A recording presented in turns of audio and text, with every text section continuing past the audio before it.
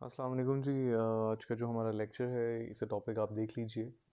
Cell mediated immunity, cells involved in immunity obviously, types of T cells, role of lymphocytes processing. इसको फिर हम आज discuss करते हैं। स्ट्रेट अवे टॉपिक पे चलते हैं। इम्यूनिटी है क्या? ठीक है, इम्यूनिटी आप एक नॉर्मल जो देसी लैंग्वेज में जब हम एक दूसरे से बात करते हैं तो हम कहते हैं ये कुव्वत मुदाफ़ियत है। ये कुव्वत मुदाफ़ियत है फॉरेन एंटीजन से लड़ने के लिए, फॉरेन माइक्रो ऑर्गेनिज्म से लड़ने के लिए। The term immunity refers to the existence exhibited by the host towards infection caused by micro organisms और देयर प्रोडक्ट्स। ठीक है, इसके अलावा सिर्फ माइक्रो ऑर्गेनिजम्स नहीं, इवन सिंपल एंटीजन भी। फॉर एग्जांपल, आप सिंपल पोलर एलर्जन है, ठीक है, वो कोई माइक्रो ऑर्गेनिज्म नहीं है, वो एक एलर्जन है, वो एक एंटीजन है, आपकी बॉडी का हिस्सा नहीं है। उसके अगेंस्ट भी आपकी इम्यूनिटी काम करती है। आपने एक बच्चे ने एक छोटा कोई सिक्का एंगल्फ कर लिया, ठीक है, स्वेलो हो गया, अंदर चला गया, और उसके अगेंस्ट भी एक इन्फ्लेमेशन रिएक्शन आएगा जो आपकी इम्यूनिटी का हिस्सा है। तो फिर सिर्फ इस बात को तो हम बीच में से निकाल देते हैं कि ये सिर्फ माइक्रो ऑर्गेनिजम्स या इन्फेक्शन कॉजिंग टॉक्सिन्स के अगेंस्ट लड़ती है, बल्कि ये किसी भी फॉरेन ऑब्जेक्ट ये एंटीजन के अगेंस्ट लड़ाई कर सकती है। This is based on the property of self and non self recognition. ये जो self and non self recognition है, एक पेशेंट, एक इंसान की, ये एक प्रॉपर्टी है आपकी इम्यूनिटी की कि वो ये समझता है कि ये जो जो ये टिश्यू है ये मेरा है या नॉन सेल्फ है या ये बाहर का है। ठीक है, इसी पे तो सारी इम्यूनिटी चल रही है। ये जो ऑटो इम्यून डिजीजेज हैं दुनिया में जो बेशुमार, ये ऑटो इम्यून डिजीजेस हैं क्या? यही तो हैं कि वो आपके अपने जो टिश्यूज हैं उनके अगेंस्ट आपकी इम्यूनिटी ऑटोमेटिकली एक्टिवेट हो जाती है।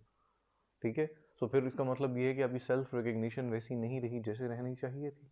ठीक है, आपकी जो जो आपके इम्यून सेल्स हैं उनकी डाइवर्सिटी थी अपने अपने ही टिश्यूज को पहचानने की, वो डाइवर्सिटी अब नहीं रही। वो आपके टिश्यूज को फॉरेन टिश्यूज समझ रहे हैं, वो आपकी माइलिन शीट को फॉरेन माइलिन शीट समझ रहे हैं। वो समझ रहे हैं कि कोई बाहर से कोई चीज़ आई है, ये तो थी नहीं, ये तो होस्ट में थी ही नहीं जहाँ वो रिजाइड करते हैं। वो ये समझ रहे हैं कि नहीं, ये तो हमारे शहर की चीज़ ही नहीं है। ठीक है, आप इस बॉडी को एक सिटी लें और एक इम्यूनिटी को पुलिस लें। ठीक है, सो पुलिस ये समझ रही है कि ये जो इस सिटी का हिस्सा नहीं है, ये बाहर से दहशतगर्द आए हैं, ये खुदकुश हमलावर बाहर से आए हैं इसको। लेकिन आपके इम्यूनिटी, आपकी पुलिस में ये एबिलिटी होनी चाहिए कि उसको पता हो कि ये जो इंसान फिर रहा है क्या ये इस सिटी का है या नहीं है। अगर वो अपने ही सिटी के लोगों को किसी और सिटी के लोगों को समझना शुरू कर दे तो वो तो उनको कत्लो गारत शुरू हो जाएगा, वहां पे गैर ज़रूरी कत्लो गारत शुरू हो जाएगा, गैर ज़रूरी इम्यूनिटी और पुलिस रिएक्ट करना शुरू कर देगी उस सिटी के इनहेबिटेंट्स के अगेंस्ट। तो फिर तो बड़ा मसला हो जाएगा, फिर तो आपकी पूरी बॉडी डैमेज हो जाएगी, आपका पूरा शहर तबाह हो जाएगा। ठीक है, अगली बात पे आते हैं। टाइप्स ऑफ इम्यूनिटी देख लीजिए जी। इम्यूनिटी में अडेप्टिव इम्यूनिटी है, मैंने इसके बारे में लास्ट लेक्चर में काफ़ी बात की है, क्योंकि मुझे आइडिया नहीं था कि आगे भी इस बारे में बहुत ज़्यादा बातें आएंगी। तो अच्छी बात है कि अब हम और भी बातें कर लेते हैं। लास्ट लेक्चर में काफ़ी इंट्रोडक्शन दे चुका हूँ मैं इन बातों का, तो और भी सुन लीजिए, इनको और भी देख लीजिए। अडेप्टिव इम्यूनिटी वही इम्यूनिटी है जो आप एक्वायर करेंगे, राइट। इननेट इम्यूनिटी वो इम्यूनिटी है जो आप में इनहेरिटेड है, ठीक है, हेरिटरी करेक्टरिस्टिक्स में है। एडेप्टिव में नेचुरल है, नेचर ऑफ पैसिव, मेटरनल माँ से जो आपको एंटीबॉडीज बच्चे में डेवलप होते हैं, पैसिव होते हैं, वो नेचुरली जाते हैं। एक्टिव, आप एक्टिव नेचुरली कोई इन्फेक्शन आपकी बॉडी में आ जाए तो फिर आपकी एंटीबॉडीज उसी वक्त एक्टिव हो जाते हैं। ठीक है, आर्टिफिशियली कैसे इंड्यूस कर सकते हो? पैसिव मैनर में एंटीबॉडी आप ट्रांसफर कर सकते हैं, आप एंटीबॉडीज प्लाज्मा फेरेसिस के थ्रू ट्रांसफर कर सकते हैं, डायरेक्ट आईवी इम्यूनोग्लोबुलिन्स दे सकते हैं। एक पेशेंट है इम्यूनोसुप्रेसेंट्स ले रहा है, कैंसर था, इम्यूनोसुप्रेसेंट्स दे रहे हैं हम उसको, लेकिन उसको जो कैंसर था उसको हमने जो इम्यूनोसुप्रेसेंट्स दिए हुए हैं उसकी वजह से उसकी नॉर्मल इम्यूनिटी इस वक्त ड्रॉप हुई हुई है, उसकी जो नॉर्मल इम्यूनिटी है इस वक्त कम हुई हुई है। ठीक है, वो जो नॉर्मल इम्यूनिटी इस वक्त उसकी कम हुई हुई है, हम चाहते हैं उसको बूस्ट करें, ताकि ये ना हो कि नॉर्मल जो उसका उसकी इम्यूनिटी ने नॉर्मल जिन इन्फेक्शंस को नहीं होने देना था, कहीं वो ना होना शुरू हो जाए। ठीक है, तो इसलिए हम उसकी इम्यूनिटी को बूस्ट करने के लिए आईवी इम्यूनोग्लोबुलिन देना शुरू कर देते हैं। हम आर्टिफिशियली उसके अंदर इंड्यूस करने शुरू कर देते हैं एंटीबॉडीज़ को। एक्टिव इम्यूनाइजेशन से कर सकते हो, आप इम्यूनाइजेशन करते हो, पोलियो वायरस उसको देते हो, डेड पोलियो वायरस देते हो और उसके अगेंस्ट एक्टिव कर देते हो आप आर्टिफिशियली इम्यूनिटी को। इननेट इम्यूनिटी पढ़ लीजिए, इसमें लिखा हुआ है, it has no relationship with previous bacterial infection immunization, it acts as first line of defense agents, infection, microorganisms, their products. That is very important to know the first line of defense. आपने last time हमने lines of defence के बारे में पढ़ा था, आप उधर देख लीजिएगा उसमें कौन कौन से हैं। देखिए, सबसे पहला लाइन ऑफ डिफेंस आपका क्या है? एक स्किन बैरियर है, राइट? आगे इसके बारे में इस लेक्चर में भी काफ़ी सारी बातें होंगी।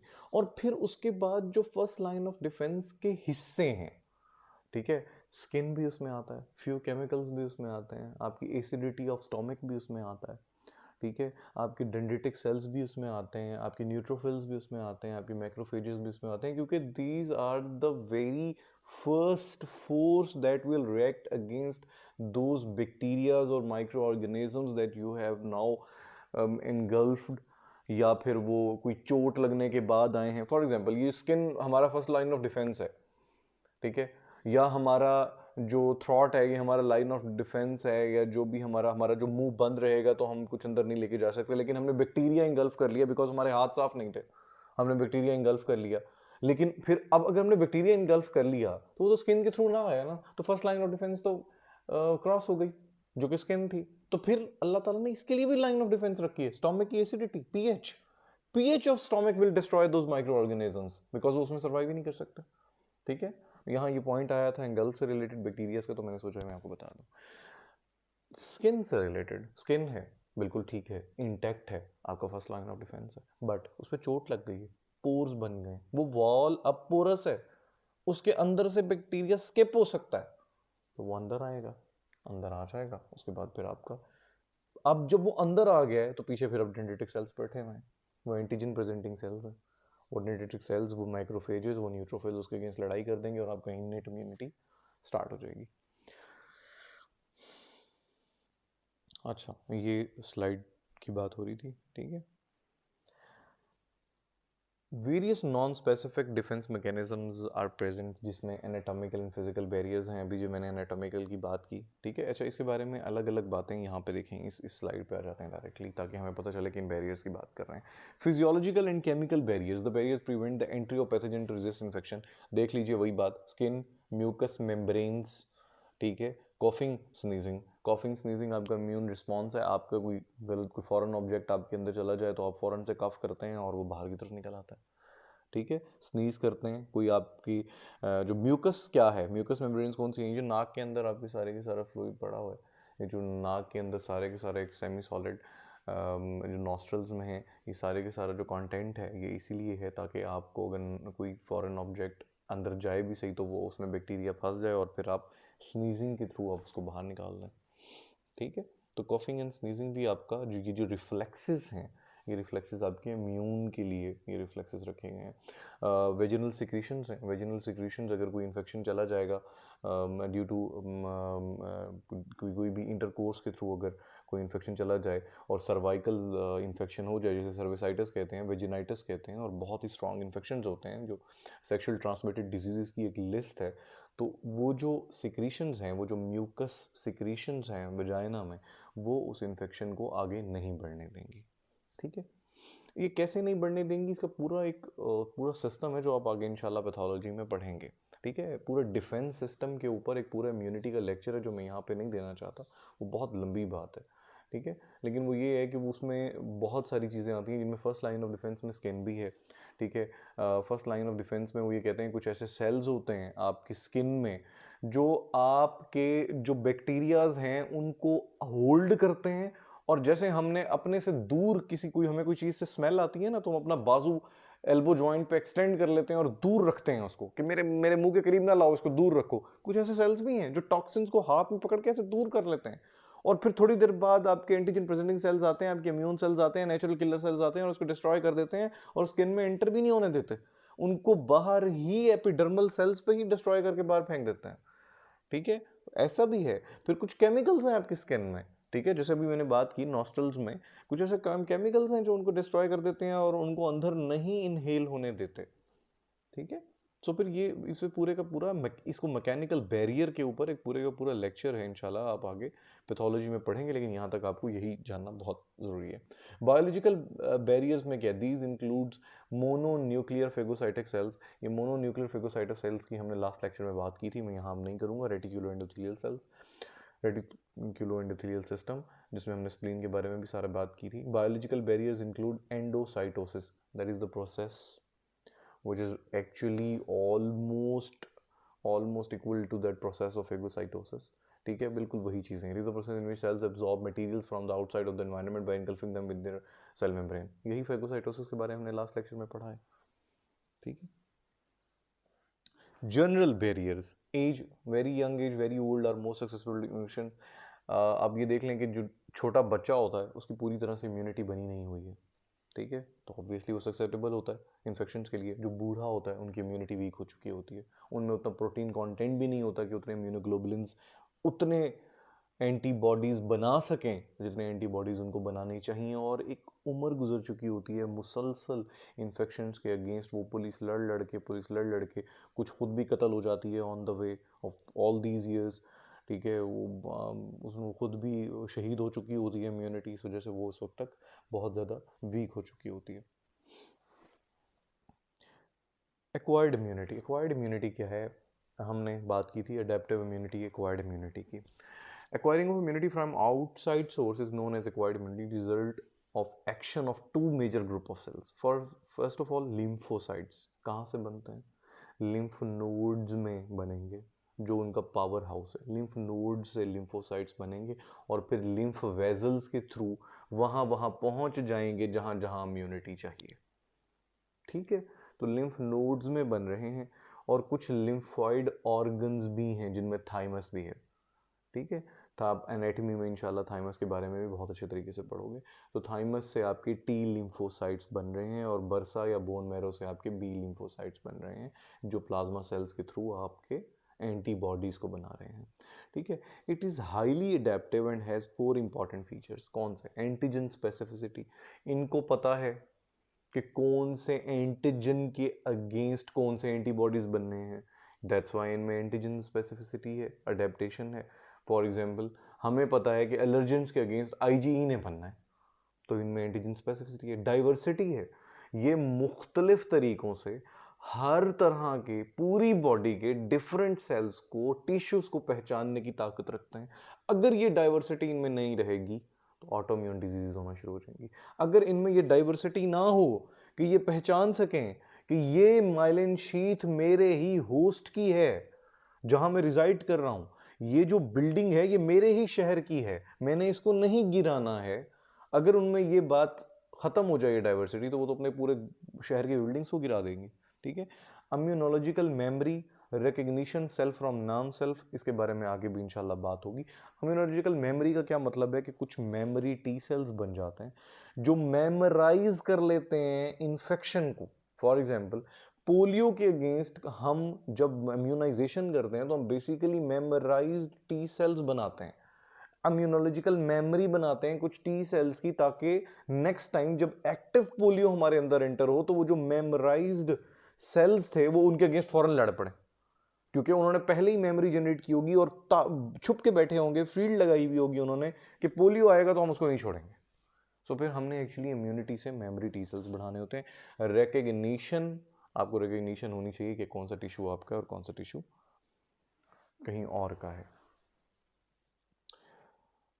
Active immunity, production of immunity against particular organism after exposure. अच्छा, नेचुरल एक्टिव इम्यूनिटी, आर्टिफिशियल पहले मैं इसकी बात कर चुका हूँ, यहाँ थोड़ी सी और बात हुई हुई है। नेचुरल एक्टिव इम्यूनिटी कौन सी है, जब ये एक नॉर्मल इन्फेक्शन के अगेंस्ट जो आपका नेचुरल ह्यूमनॉइड बिहेवियर है आपकी इम्यूनिटी का, वो एक नेचुरल एक्टिव इम्यूनिटी है, ठीक है, नेचुरल इन्फेक्शन है, आपने जानबूझ के तो नहीं किया ना, हो गया है, अब आपको हो गया है वो इन्फेक्शन, तो ऑब्वियसली उस इन्फेक्शन के होने की वजह से आपकी इम्यूनिटी एक्टिव होगी।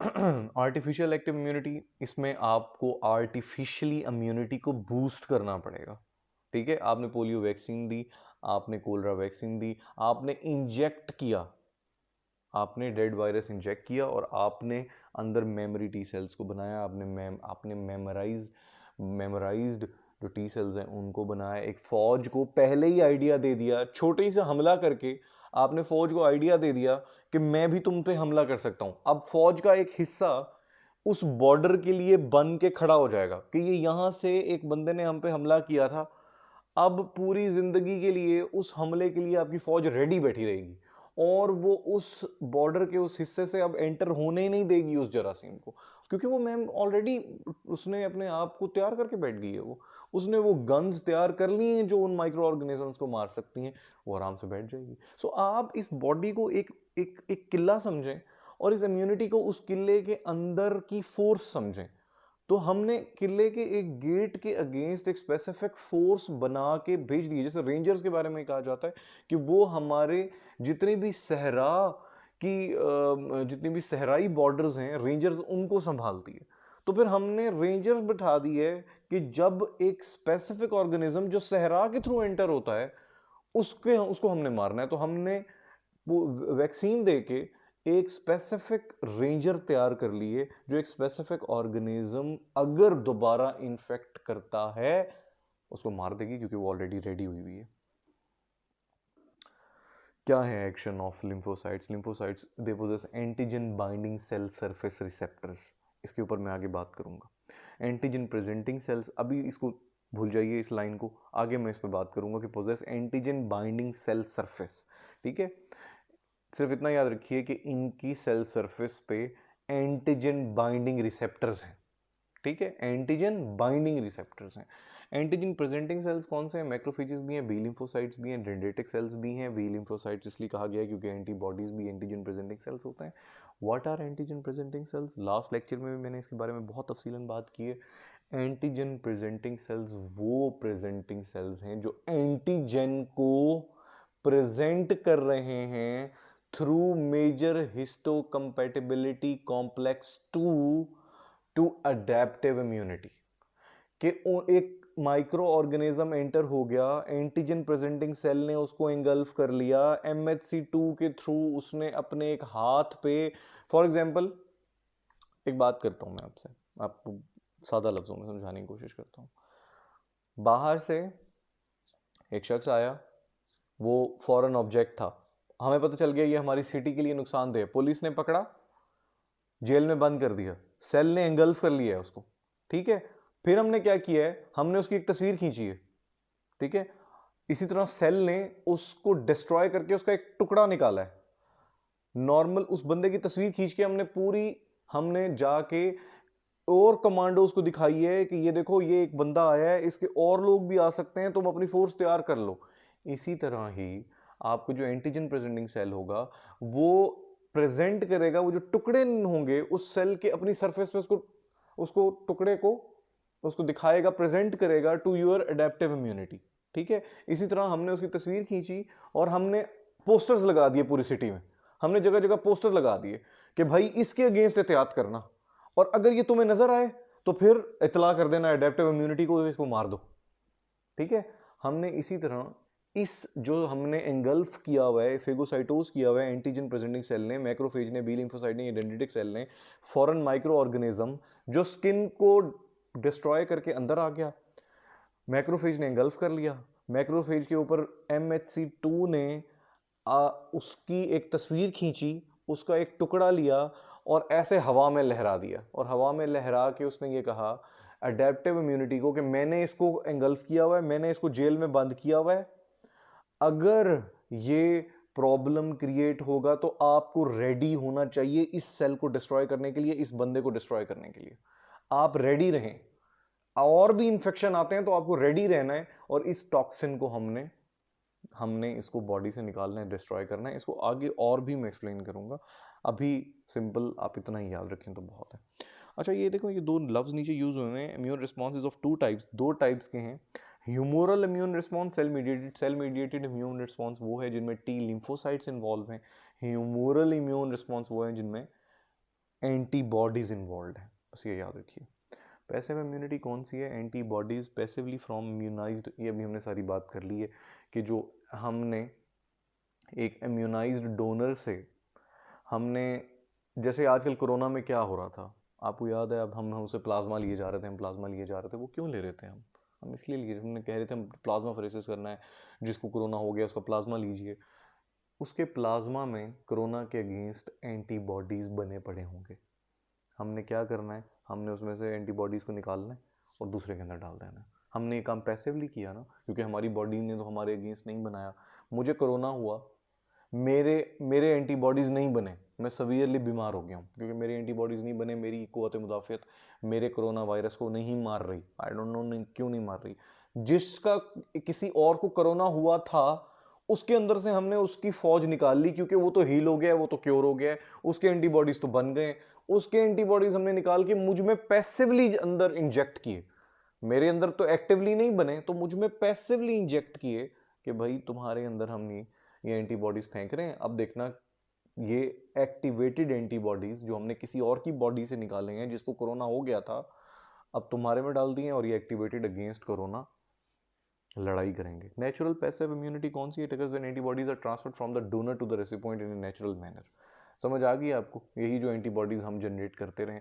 नेचुरल जो है उसमें ये होता है कि वो आपकी जो मदर से फीटस की तरफ जो आएगा, और जो आर्टिफिशियल है उसमें वही होगा जो हम करते आए हैं कोरोना में। हम आर्टिफिशियली एंटीबॉडीज को डोनर से लेके रेसिपिएंट को देते रहे हैं। लेकिन नेचुरल में क्या है? नेचुरल में ये है कि एंटीबॉडीज माँ से बच्चे को नेचुरली जाते हैं, हम निकालते नहीं हैं डोनर से। हम जाके डोनर को टीका लगा के उसका प्लाज्मा निकाल के उसके प्लाज्मा से एंटीबॉडीज को खींच के फिर जाके डोनर को नहीं लगाते। This is artificial passive immunity. Natural passive immunity में हम ये करते हैं, हमने क्या कुछ भी नहीं करना उसमें, जो फीटस बन रहा है मदर में, उससे through blood, through intrauterine artery, अंदर से इंट्रायूट्राइन लाइफ में इम्यूनिटी जाती रहती है, एंटीबॉडीज जाते रहते हैं, जिनमें हम जो आईजीजीज हैं वो बहुत ज़्यादा जो सबसे ज़्यादा कंटेंट है वो आईजीजीज एंटीबॉडीज़ का होता है, अबंडेंस होती है। Humoral cell mediated immunity, I have just told you, human body can respond to antigen in many different ways. These fall into two major categories. You can see there. कौन से दो? Antibody mediated immunity. Antibody mediated को मैंने भी क्या कहा था? Humoral immunity, ठीक है, जिसमें एंटीबॉडीज इन्वॉल्व होंगे। वो डिजॉल्व कहाँ होते हैं? ब्लड में भी होते हैं, लिम्फ में भी होते हैं। बी लिम्फोसाइट्स और टी लिम्फोसाइट्स आपको कहाँ मिलेंगे? लिम्फ में। और उनका जनरेटिंग हाउस कौन सा है? लिम्फ नोड, ठीक है। और लिम्फाइड ऑर्गन कौन सा है? थाइमस। सेल मीडिएटेड इम्यूनिटी मैंने आपको बताया था, इसमें टी सेल्स इन्वॉल्व हैं, ठीक है, उनमें टी लिम्फोसाइट्स हैं। और हमने थोड़ी देर पहले भी पढ़ा था कि टी लिम्फोसाइट जो हैं उनके ऊपर एंटीजन बाइंडिंग साइट्स होती हैं, ठीक है, जो स्पेसिफिक ट्रिगर को रिस्पॉन्स करती हैं। अच्छा जी, सेल मीडिएटेड रिस्पॉन्स में टी सेल्स की टाइप्स को यहाँ हम डिस्कस करते हैं, ठीक है। अभी मैंने आपको एक कॉन्सेप्ट देना है, ये जो एक हेफाजेट कॉन्सेप्ट में दिए जा रहा हूँ ना कि वो उसके अगेंस्ट लड़ती है, वो मैंने लास्ट टाइम ना एक पूरी आपको अडेप्टिव इम्यूनिटी का सर्कल बना के सुनाया था। वो सर्कल मैं यहाँ भी एक्सप्लेन करूँगा आज कि किस तरह से इननेट इम्यूनिटी अडेप्टिव इम्यूनिटी को रिक्रूट करती है। अच्छा जी, ये देखें, सेल मीडिएटेड रिस्पॉन्स जो टी सेल्स हैं, T cells is presented with an antigen with a complementary shaped receptor, this then this stimulates. इसको छोड़ दो, अब हेल्पर टी सेल्स पे आओ। हेल्पर टी सेल्स क्या काम करते हैं? ये बीटा सेल्स को हेल्प करते हैं, ठीक है, बी सेल्स को हेल्प करते हैं ताकि ये एंटीबॉडीज़ जनरेट हो सकें, ठीक है, हेल्पर टी सेल्स जो हैं। और ये करते हैं कि ये एक्टिवेट करते हैं मैक्रोफेजेस को, ताकि आप ज़्यादा से ज़्यादा फेगोसाइटोसिस कर सकें और अपनी इम्यूनिटी को और भी स्ट्रॉन्ग कर सकें। So these are just T helper cells. T helper cells के दो काम हैं। टी हेल्पर सेल्स आपकी इन्नेट इम्यूनिटी को भी बूस्ट करते हैं। मैंने ये सर्कल लास्ट टाइम बनाया भी था, अगर आपको याद हो, लास्ट लेक्चर में सुन लीजिएगा। कि जो आपकी मैंने आपको ये बताया था कि इनेट इम्यूनिटी और अडेप्टिव इम्यूनिटी एक दूसरे को एक्टिवेट करते रहते हैं। ठीक है, आपकी innate immunity T helper cells के थ्रू, मतलब मेजर हिस्टोकम्पैटिबिलिटी कॉम्प्लेक्स जो है वो इंटरल्यूकिन 12 के थ्रू आपकी अडेप्टिव इम्यूनिटी को जगा देता है, आपकी एक्वायर्ड इम्यूनिटी को एक्वायर करता है, रिक्रूट करता है। इसी तरह आपका टी हेल्पर 1 सेल जो है गैमा इंटरफेरॉन के थ्रू आपके मैक्रोफेजेस को रिक्रूट करता है और एक्टिवेट करता है। तो मैक्रोफेजेस इनेट इम्यूनिटी का हिस्सा है, T helper sales adaptive immunity का हिस्सा है। तो ये एक दूसरे को एक्टिवेट करते हैं और एक पूरा सेल चल पड़ता है, एक पूरा सर्कल चल पड़ता है, और इस तरह ये दोनों इम्यूनिटीज एक दूसरे को एक्टिवेट करती रहती हैं। तो T helper sales actually helps immunity to generate beta cells and antibodies. Also it activates and helps macrophages to engulf more and more toxins. ठीक है, इतना सा काम है टी हेल्पर सेल्स का। मेमोरी टी सेल्स का क्या काम है, मैंने पहले मेमोरी टी सेल्स के बारे में जिक्र किया है, यहाँ भी पढ़ लीजिए। Remaining after the pathogens have been killed to stop reinfection by storing data about the antigen. एक एंटीजन आया था, उसके अगेंस्ट एक लड़ाई हुई थी, मेमोरी टी सेल्स उस लड़ाई को, उस एंटीजन को मेमोराइज कर लेंगे, अगली दफा जब एंटीजन आएगा तो डिलेड रिस्पॉन्स नहीं आएगा, फौरन अटैक हो जाएगा। सुप्रेसर टी सेल्स ये सुप्रेस करता है, स्विच ऑफ करता है इम्यून सिस्टम को, ताकि कहीं लिम्फॉइड कार्सिनोमा ना शुरू हो जाए, कैंसर्स ना शुरू हो जाए, कहीं एक एग्जेजरेटेड इम्यून रिस्पॉन्स ना आ जाए जिसकी वजह से आपको ब्लड कैंसर ही ना शुरू हो जाए।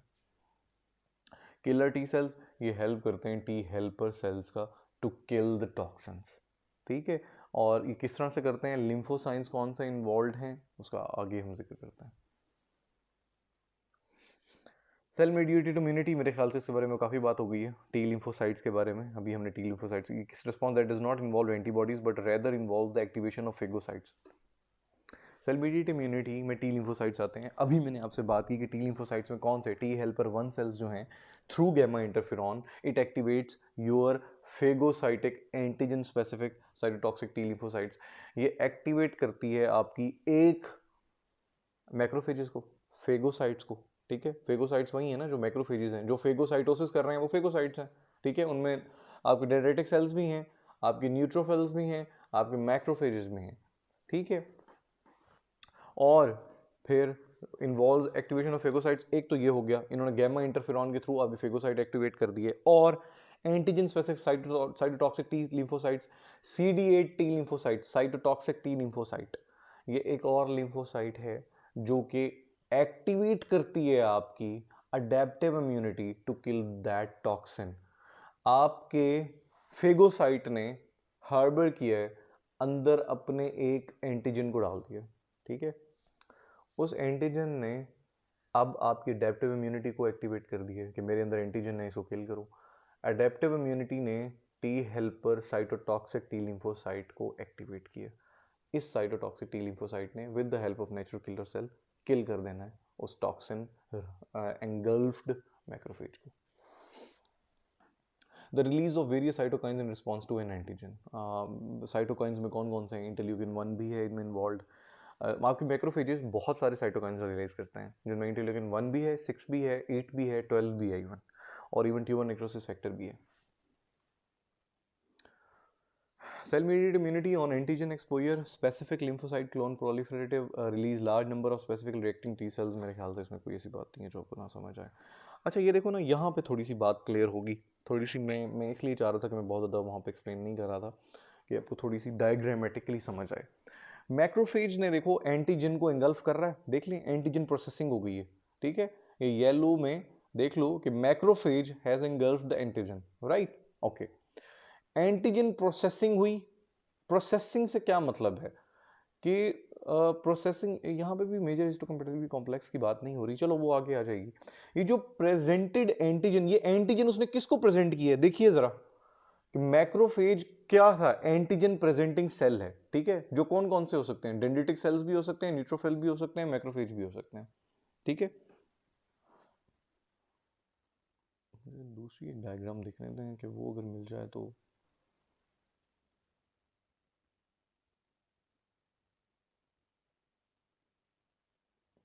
है वो भी मेरे ख्याल से आगे आएगी, तो इसी पे बात कर लेते हैं। देखिए एंटीजन प्रोसेसिंग हुई, मैक्रोफेज ने एंटीजन को एंगल्फ कर लिया, एंटीजन को फेगोसाइटोज कर लिया। फिर हमने क्या किया, मैंने आपको समझाया है, मेजर हिस्टोकम्पैटिबिलिटी कॉम्प्लेक्स 2 ने उसको प्रेजेंट कर दिया है with the help of interleukin 12 to helper T cells. ठीक है, इस सब के बारे में बात नहीं की गई यहाँ पे आप देख लें, वो देख लें वो क्या लिखा हुआ है कि presented antigen to helper T cell. ठीक है, टी हेल्पर सेल जिसको ये प्रेजेंट करेगा उसको हम कहेंगे T helper naive cell, T helper naive cell. वो टी हेल्पर नॉट होता है। ठीक है, वो जो टी हेल्पर नॉट होता है वो अपने आप को कन्वर्ट करता है with the help of cytokine which is called interleukin 2 into T helper 1। then T helper 1 will convert itself into, with the help of interleukin 2, into cytotoxic killer T cell। ये जो cytotoxic killer T cell है ये किल करेगा through परफोरेंस and ग्रैनजाइम्स उस toxin को जो macrophage ने harbour किया हुआ है अपने अंदर, स्टे करवाया हुआ है जिसको। इस तरह से किलिंग होती है। दूसरा पाथवे नीचे देख लीजिए, लिम्फोकाइंस। ये साइटोकाइंस को लिम्फोकाइंस कहा जा रहा है। वो जो लिम्फोकाइंस हैं वो एट द सेम टाइम, अच्छा पहले क्या हुआ था, हेल्पर टी सेल नाइव था, नॉट था, zero. T helper zero cell को हमने प्रेजेंट कर दिया था एंटीजन जो मैक्रोफेज ने एंगल्फ किया हुआ था। टी हेल्पर जीरो ने अपने आप को टी हेल्पर 1 में कन्वर्ट किया, टी हेल्पर 1 ने अपने आप को साइटोटॉक्सिक टी सेल में कन्वर्ट किया और किल कर दिया बैक्टीरिया को, इन्फेक्शन को, उस इन्फेक्टेड सेल को। दूसरा पाथवे, ऊपर देखिए कौन सा pathway, cytotoxic killer T cell. अब नीचे देखिए बी सेल की बात करते हैं। हेल्पर टी सेल एंगल्फ हुआ, लिम्फोकाइंस इन्वॉल्व हुए। लिम्फोकाइंस में कौन सा लिम्फोकाइन इन्वॉल्व होगा, अब यहां पे टी हेल्पर 2 इन्वॉल्व होगा और लिम्फोकाइन इंटरल्यूकिन 4 इन्वॉल्व होगा। ठीक है, मैं आपको ना जब क्लास में आऊंगा तो इंशाल्लाह कोशिश करूंगा कि वहां पे भी ये बात समझाने की कोशिश करूं लिख के, शायद आपको ऐसे समझ ना आए। जब साइटोटॉक्सिक टी सेल बनना है तो लिम्फोकाइन इन्वॉल्व होना है, इंटरल्यूकिन 2 और एक्टिवेट होना है टी हेल्पर 1। जब बीटा सेल से एंटीबॉडीज बनने हैं तो इंटरल्यूकिन इन्वॉल्व होना है 4 और टी हेल्पर 2 बनेगा। टी हेल्पर 1 से साइटोटॉक्सिक टी सेल बनता है, टी हेल्पर 2 से बीटा सेल एक्टिवेट होते हैं और एंटीबॉडीज बनते हैं। इस तरह सी बात याद रखनी है आपने।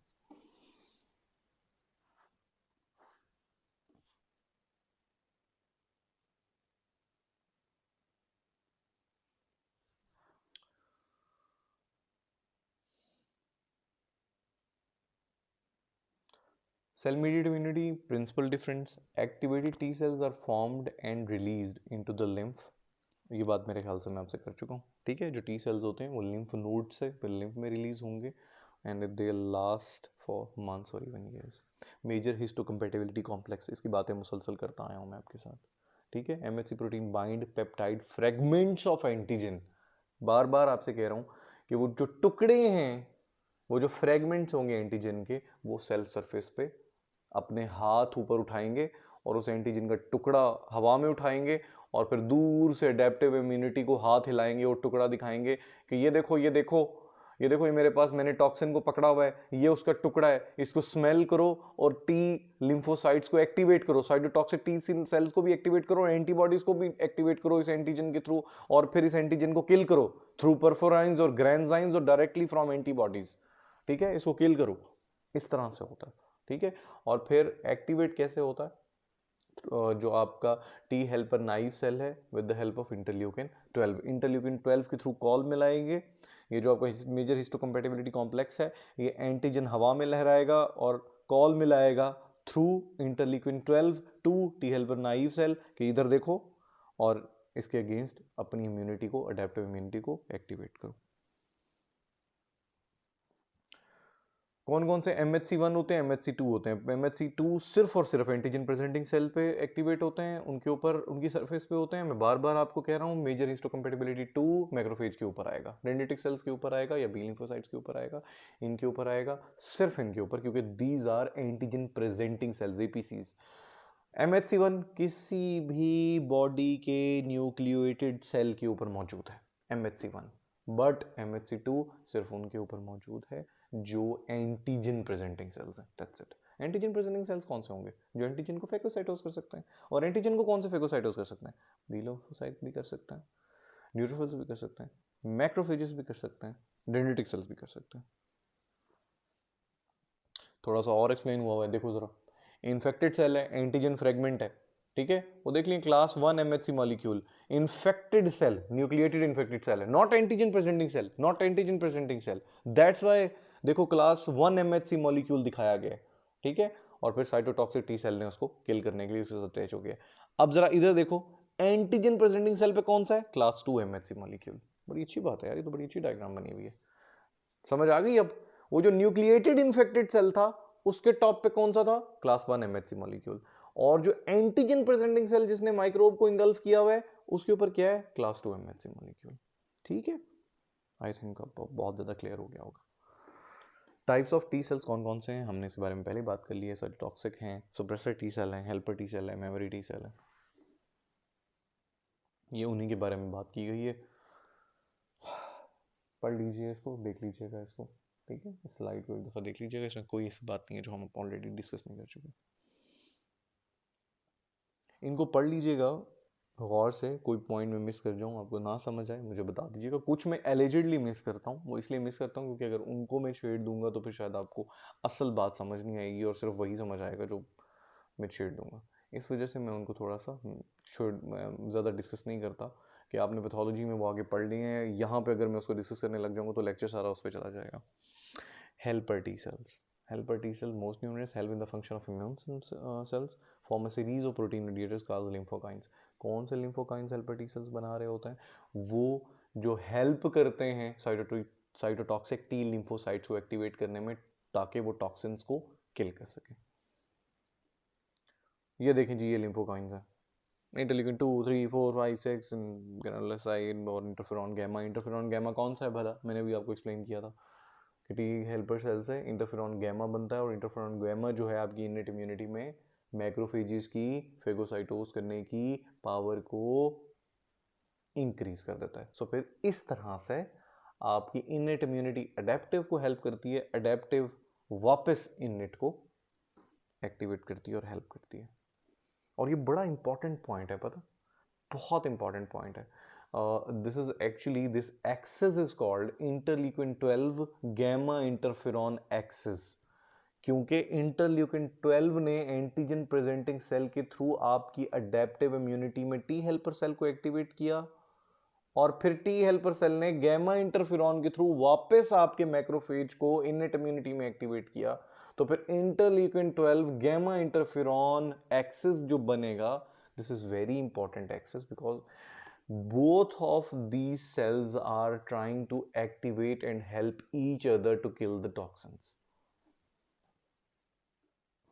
फॉरेन माइक्रोब, ये भी आप डायग्राम देख लीजिए, बड़ी ज़बरदस्त डायग्राम है। मैक्रोफेज ने इंजेस्ट किया जी एंटीजन को, उनको प्रोसेस किया, मेजर हिस्टोकम्पैटिबिलिटी कॉम्प्लेक्स के थ्रू उनको टी सेल को दिया। फिर टी सेल ने क्या किया, आगे देख लें। टी सेल प्रोड्यूसेस क्लोन, उस क्लोन ने किलर टी सेल बनाया, डायरेक्टली डिस्ट्रॉय करेगा antigen. Helper T cell stimulate करेगा टी और बी सेल्स को। सुप्रेसर टी सेल इनहिबिट करेगा टी एंड बी सेल्स को कि कहीं ये ज़्यादा ही ना बन जाएं, ट्यूमर ही ना बन जाएं, बस उतने बने जितनी ज़रूरत है। ज़्यादा बन जाएंगे तो ये ना हो कि अपने ही होस्ट के टिश्यूज़ को डैमेज करना शुरू कर दें। और memory T cells next time जो इन्फेक्शन आएगा उसके अगेंस्ट अपने आप को तैयार कर लेगा। फंक्शंस ऑफ ग्रोथ लिम्फोकाइंस, ये आप देख लीजिएगा। बी सेल फंक्शन मैं आपसे ये सारी बात कर चुका हूँ।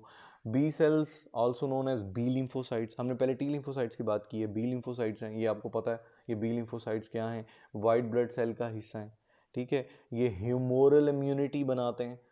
और ह्यूमोरल इम्यूनिटी क्या थी, मैंने आपको बताया, वो वही इम्यूनिटी है जो एंटीबॉडीज को जनरेट करती है, ठीक है। और एंटीबॉडीज किससे बनते हैं? बी लिम्फोसाइट से। और बी लिम्फोसाइट के बारे में हम क्या कह चुके हैं? वो एंटीजन प्रेजेंटिंग सेल्स भी हैं, हम कह चुके हैं। Helper T cell activation and action, ये पूरी बात मैं कर चुका हूँ आपके साथ। देखिए ज़रा पूरी, ये एंटीजन प्रेजेंटिंग सेल आया, MHC2 आया। अच्छा, CD4 जो है, T helper naive nought cell को हम CD4 कहते हैं। एंड जो साइटोटॉक्सिक टी सेल है which was activated by helper T cell, उसको हम CD8 साइटोटॉक्सिक टी सेल कहते हैं। CD4 को हम नाइव कहते हैं, हम कहते हैं ये किसी काम का नहीं है, ये सिर्फ अपने आप को टी हेल्पर 1 में एक्टिवेट करता है और टी हेल्पर 1 से ये बनाता है फिर साइटोटॉक्सिक टी लिम्फोसाइट जो किल करता है टॉक्सिन हार्बर जो आपका मैक्रोफेज है उसको। लेकिन हम फिर ये कहते हैं कि हेल्पर टी सेल को हम सिर्फ CD4 कहते हैं क्योंकि ये नाइव है, ये नॉट है, ये जीरो है, इसका कोई काम नहीं है। इसका सिर्फ ये काम है कि अपने आप को बदलो किसी और सेल में। ये अपने आप को किस में बदलता है? टी हेल्पर 1 में। टी हेल्पर 1 किसको जनरेट करता है? साइटोटॉक्सिक टी सेल को, और वो फिर टॉक्सिन को किल कर देता है। या फिर टी हेल्पर 1 में बदलता है, या फिर अपने आप को टी हेल्पर 2 में बदलता है। और टी हेल्पर 2 का क्या काम है? वो बीटा सेल्स को एक्टिवेट करता है, प्लाज्मा सेल्स को एक्टिवेट करता है और एंटीबॉडीज बनाता है। ये जो पूरी बात मैं कर रहा हूँ ना, ये बड़ी छोटी सी है और मैं इंशाल्लाह कोशिश करूंगा कि क्लास में भी इसको लिख के क्लियर करूं बोर्ड पे। ठीक है, 5 मिनट की बात है ताकि आपको एक सीधी बात पता चल जाए कि किस तरह से इम्यूनिटी एक्टिवेट होती है। अभी फिलहाल सिर्फ इस स्लाइड के थ्रू आप इसको समझने की कोशिश करें। Cytotoxic T cells directly attack करते हैं सेल्स को। कौन से साइटोटॉक्सिक? CD8 अभी बात कर रहा था मैं आपको, कैपेबल हैं killing micro organism through perforins, जो परफोरेट करते हैं परफोरिन्स बैक्टीरिया की सेल वॉल में और उसको डिस्ट्रॉय कर देते हैं थ्रू लाइसोसोम्स। या फिर ग्रैनजाइम्स का भी इसमें बहुत रोल है।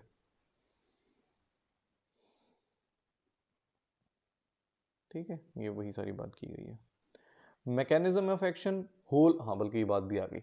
सिक्रीट्स होल फॉर्मिंग प्रोटीन्स, कौन सी? परफोरिन्स। लेकिन यहाँ ग्रैनजाइम्स का जिक्र नहीं है, ग्रैनजाइम्स भी बहुत इंपॉर्टेंट हैं। और fluid flows into cells also release cytotoxic substances directly into the attacked cell. वो साइटोटॉक्सिक सब्सटेंसेस कौन सी हैं? उनको ग्रैनजाइम्स भी कहते हैं। Cytotoxic T cell binds to infected cell, यहां देख लीजिए। ठीक है, टी सेल ने क्या किया है, ये देखें परफोरिन मॉलिक्यूल जाके अटैच हुआ, उसने पोरस कर दिया उसको, होल फॉर्मिंग। नेक्स्ट देखें 2 पे, देखें perforin makes holes in infected cells membrane, hole form किया, होल फॉर्म किया, इन्फेक्टेड सेल का लाइसिस करवा दिया, उसकी सेल वॉल डैमेज की, उसके अंदर टॉक्सिन इंजेक्ट किया और फाड़ दिया उस इन्फेक्टेड सेल को, लाइसिस कर दिया उसका। Suppressor T cell, we have already talked about it. Less is known, suppress the function of both cytotoxic and helper T cells. अगर ये लिमिट ना करे इम्यून सिस्टम को तो सोचिए कि ये इम्यून टॉलरेंस ही नहीं बन सकेगी।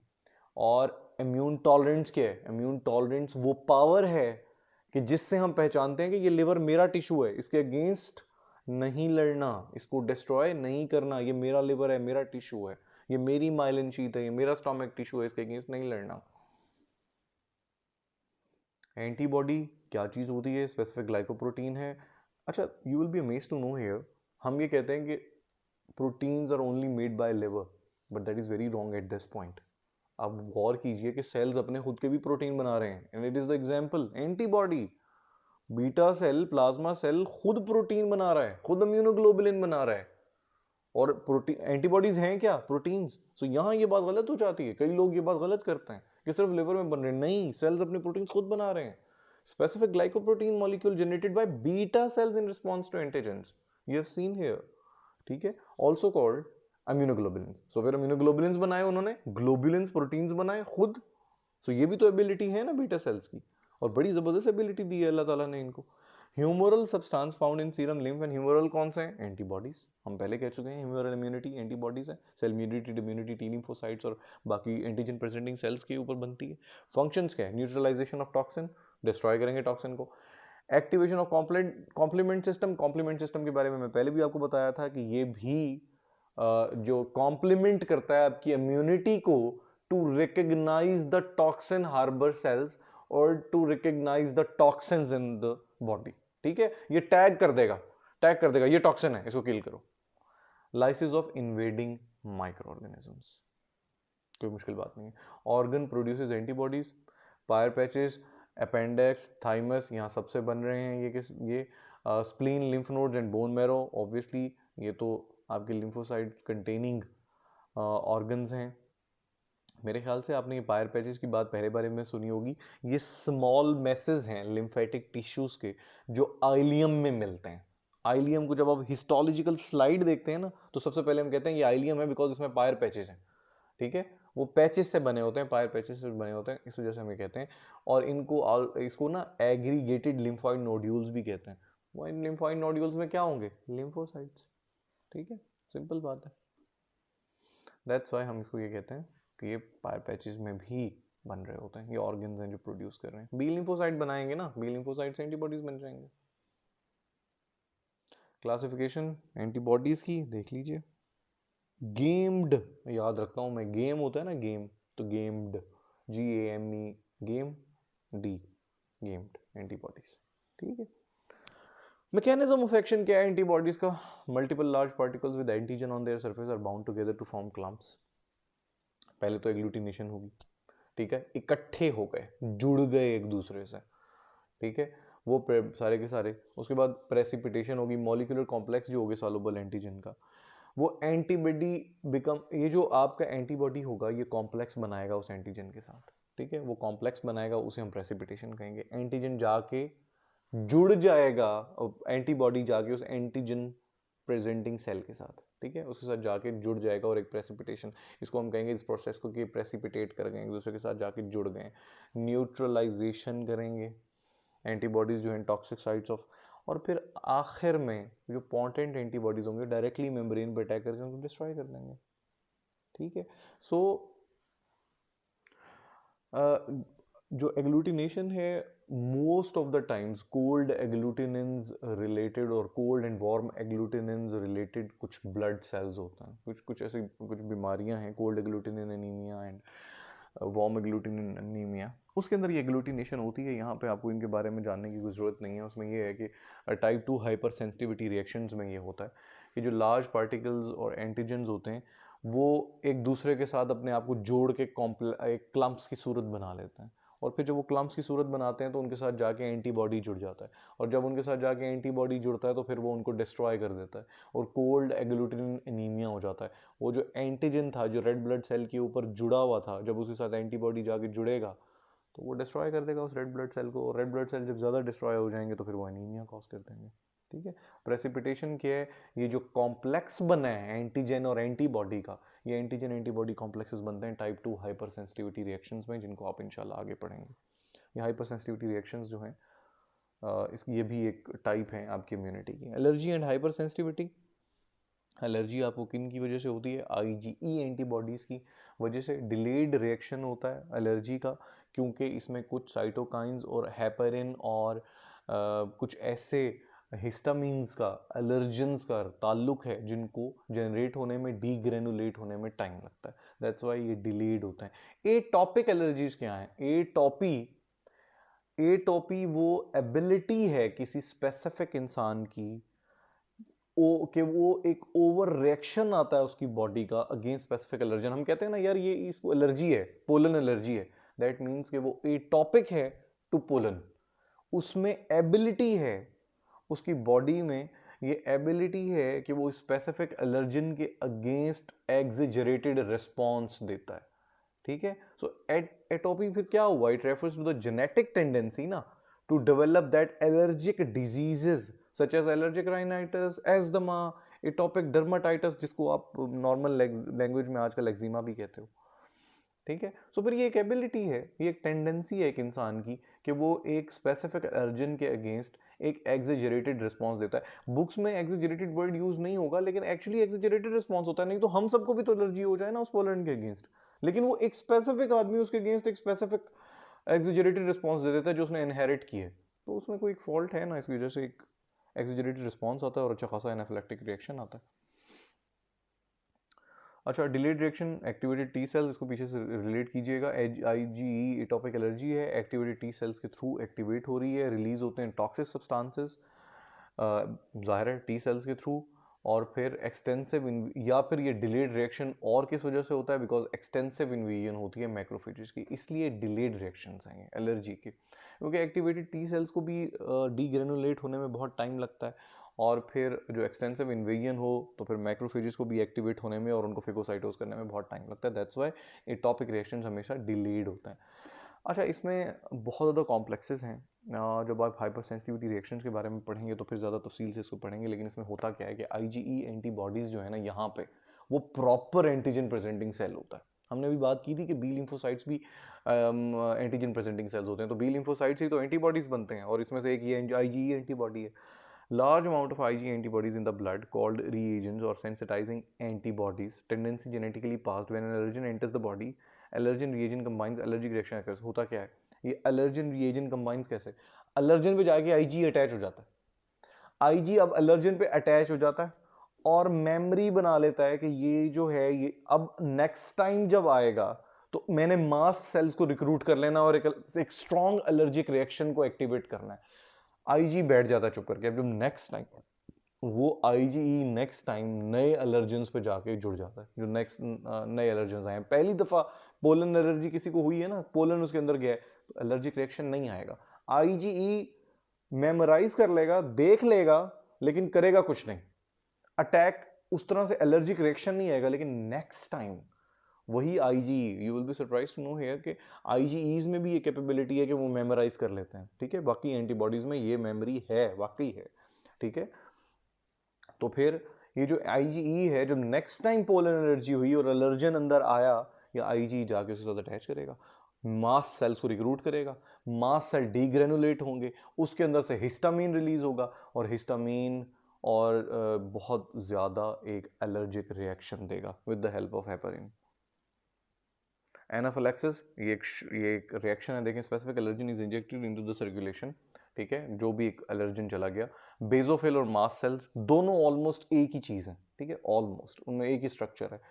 कैसे होगा मास्ट सेल्स और बेजोफिल्स कैसे होंगे, ये आप एनाफिलैक्टिक रिएक्शन देख लें, आगे हम देख लेते हैं कि कैसे होंगे, ठीक है। ये एनाफिलैक्टिक रिएक्शन हुआ है उस लड़की को, और ये कोई इतना बड़ा कोई नहीं होता। एंटी हिस्टामीन आप एवेल दे दें, साथ स्टीरॉइड दे दें, ये 10-15 मिनट बाद वापस आ जाता है इंसान। रिलीज ऑफ हिस्टामीन, अभी मैंने आपको हिस्टामीन और हेपरिन की बात की, वहां पे क्या होगा, वेजोडाइलेशन होगी, बेशुमार ब्लड जाएगा। इसलिए आपने देखा होगा कि जहां पे एलर्जी हुई भी होती है, कोई चीज काट जाती है जो हमें एलर्जी कर देती है, तो वहां पे सारी रेडनेस हो जाती है। इस वजह से होती है क्योंकि वहां हिस्टामीन रिलीज होता है मास्ट सेल्स की डीग्रेनुलेशन की वजह से, और वहां पे वेजोडाइलेशन हो जाती है। Slow reacting substances of anaphylaxis, spasm. अब बड़ी अमेजिंग बात क्या है, यही वेजोडाइलेशन कुछ देर के बाद स्पैज में बदल जाती है, वेजो कंस्ट्रिक्शन में बदल जाती है। उस वेजो कंस्ट्रिक्शन का कुछ जगहों पे बहुत ज्यादा इफेक्ट है। एलर्जिन का जो स्पेसिफिक विजरा पे सबसे ज्यादा रिएक्शन करता है वो लंग्स है, लंग्स उसको बहुत पसंद है, ठीक है। आप बात कर लो अगर टाइफाइड की, ठीक है, साल्मोनेला टाइफाइड की, उसका प्राइमरी ऑर्गन क्या है जिसपे वो अटैक करता है, आपने हमेशा सुना होगा टाइफाइड हमेशा गट में होता है। टाइफाइड कभी सुना है हमने लंग्स में हुआ है, ठीक है। तो वो जो टाइफाइड, तो इसी तरह एलर्जन का जो प्राइमरी अटैकिंग ऑर्गन है वो लंग्स है, ठीक है, जैसे साल्मोनेला टाइफाइड का गट है, इंटेस्टीन है। डेथ बाय सफोकेशन, जाहिर स्पैज्म हो जाएगा, ठीक है। ब्रोंको कंस्ट्रिक्शन होगी, जब ब्रोंको कंस्ट्रिक्शन होगी तो ऑब्वियसली सांस ही नहीं आएगा। लोकलाइज्ड एनाफिलाइड रिएक्शन, लोकलाइज्ड रिएक्शन होता है, उसमें क्या होता है, ये देखें, यही होता है, हिस्टामिन फिर वेजोडाइलेशन करवा रही है, इंक्रीज परमिएबिलिटी होगी, वहाँ पे स्वेलिंग होगी और हाइव्स होंगी, छोटे छोटे रेज्ड जख्म होंगे, ये इस तरह के होते हैं, ये देखिए इस तरह से बन जाते हैं ना, ठीक है, जिसे पता नहीं हम अपनी लैंग्वेज में कोई तरफड़ कह रहे होते हैं, पता नहीं क्या कह रहे होते हैं, लेकिन इस तरह का कोई वर्ड यूज़ करते हैं हम। अच्छा जी, ये इसके बारे में ज़्यादा जानने की ज़रूरत नहीं है, ये ज़्यादा मेडिसिन आ जाएगी। ये वो प्रॉब्लम्स हैं हे फीवर जो उनकी वजह से हो रहे हैं, इनको आप एक दफ़ा देख लेंगे भी लेंगे तो आपको समझ आ जाएगा, ठीक है। एजदमा और हे फीवर जो हैं ये इनके रिस्पॉन्स में बहुत ओवर रिएक्ट कर जाते हैं, ठीक है। एक बंदा जिसको एजदमा है फॉर एग्जांपल, ऑलरेडी उसके लंग्स अफेक्टेड हैं, तो उस पे जब एलर्जन जाता है तो वो एक इंतहाई एग्जेजरेटेड रिस्पॉन्स देते हैं और एक एक्सटेंसिव ब्रोंको कंस्ट्रिक्शन का रिस्पॉन्स आता है। और सोचो अगर एक ऑलरेडी एक बंदा है जिसको ऑलरेडी उसको लंग्स में ऑब्स्ट्रक्टिव पल्मोनरी डिजीज चल रही है, ऑलरेडी उसको ब्रीदिंग इश्यूज हैं बिकॉज ऑफ एस्थमा, और आप उस पेशेंट में ब्रोंको कंस्ट्रिक्शन कर दें, एक नॉर्मल इंसान जिसकी सैचुरेशन मेंटेन्ड है वो उसको ब्रोंको कंस्ट्रिक्शन कर दे तो उसका सांस बंद हो जाए, और एक जो इन्फ्लेम्ड लंग्स या ऑब्स्ट्रक्टिव पल्मोनरी डिजीज वाले पेशेंट को कर दें तो उसको तो बहुत एक्सेजरेटेड रिस्पॉन्स आएगा which will be very dangerous. Okay जी, थैंक यू, आज के लिए यही हमारा लेक्चर खत्म होता है।